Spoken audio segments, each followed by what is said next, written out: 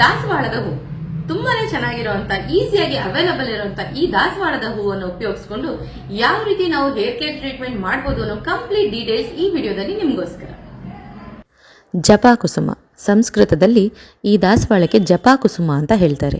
ಪ್ರತಿನಿತ್ಯ ನಾವು ಜಪ ಮಾಡುವಾಗ ಅಥವಾ ದೇವರ ಪೂಜೆ ಮಾಡುವಾಗ ಖಂಡಿತವಾಗ್ಲೂ ಇದನ್ನು ಅರ್ಪಿಸ್ಬೋದು. ಇದರಲ್ಲಿ ಹೆಲ್ತ್ ಬೆನಿಫಿಟ್ಸ್, ಬ್ಯೂಟಿ ಬೆನಿಫಿಟ್ಸು ಸಾಕಷ್ಟಿದೆ. ಸೊ ಈ ವಿಡಿಯೋದಲ್ಲಿ ಹೇಗೆಲ್ಲ ಇದನ್ನು ಉಪಯೋಗಿಸ್ಕೊಳ್ಬೋದು ಅಂತ ನೋಡೋಣ ಬನ್ನಿ. ಆದರೆ ಯಾವುದೇ ಕಾರಣಕ್ಕೂ ಆಯುರ್ವೇದಿಕ್ ಟ್ರೀಟ್ಮೆಂಟ್ಗಳಲ್ಲಿ ನೀವೀಗ ಸ್ಕ್ರೀನ್ ಮೇಲೆ ನೋಡ್ತಾ ಇರೋ ಹಾಗೆ ಕಲರ್ಫುಲ್ ಆಗಿರುವಂಥ ಅಥವಾ ಹೈಬ್ರಿಡ್ ದಾಸವಾಳಗಳನ್ನು ಉಪಯೋಗಿಸೋದಿಲ್ಲ.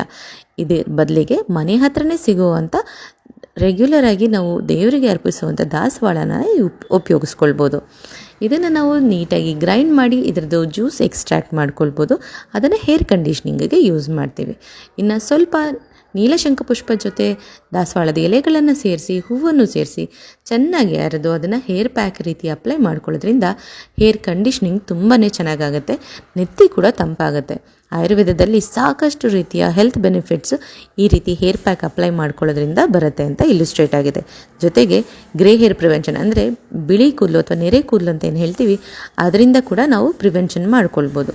ಇನ್ನು ಇದರ ಹೆಲ್ತ್ ಡ್ರಿಂಕನ್ನು ತುಂಬ ಈಸಿಯಾಗಿ ಮನೇಲಿ ಮಾಡ್ಕೊಳ್ಬೋದು. ಕೆಂಪು ದಾಸವಾಳದ ಹೂವನ್ನು ಸ್ವಲ್ಪ ಹೊತ್ತು ನೆನೆಸಿ ಚೆನ್ನಾಗಿ ಅದನ್ನು ಬಿಸಿ ಮಾಡಿ ಡಿಕಾಕ್ಷನ್ ಅಂತ ಏನು ಹೇಳ್ತೀವಿ ಅದನ್ನು ಮಾಡಿಟ್ಕೊಳ್ಳಿ. ಇದನ್ನು ಹಾಗೆ ಕುಡಿದ್ರೂ ತುಂಬ ಚೆನ್ನಾಗಿರುತ್ತೆ. ಸ್ವಲ್ಪ ಹನಿನ ಮಿಕ್ಸ್ ಮಾಡಿಕೊಂಡು ಕುಡಿಬೋದು. ಇದರಿಂದ health benefits and skin care benefits ಕೂಡ ಇರುತ್ತೆ. ಯಾವುದೇ ರೀತಿ ಫೇಸ್ ಪ್ಯಾಕಿಗೆ ಇದನ್ನು ಮಿಕ್ಸಿಂಗ್ ಮೀಡಿಯಮ್ ಆಗಿ ಯೂಸ್ ಮಾಡ್ಕೊಳ್ಬೋದು.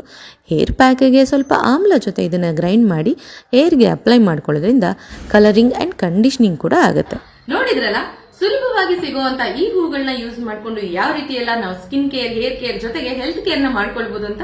ಈ ವಿಡಿಯೋ ಇಷ್ಟ ಆದಲ್ಲಿ ಲೈಕ್ ಮಾಡಿ, ಶೇರ್ ಮಾಡಿ, ಸಬ್ಸ್ಕ್ರೈಬ್ ಮಾಡಿ.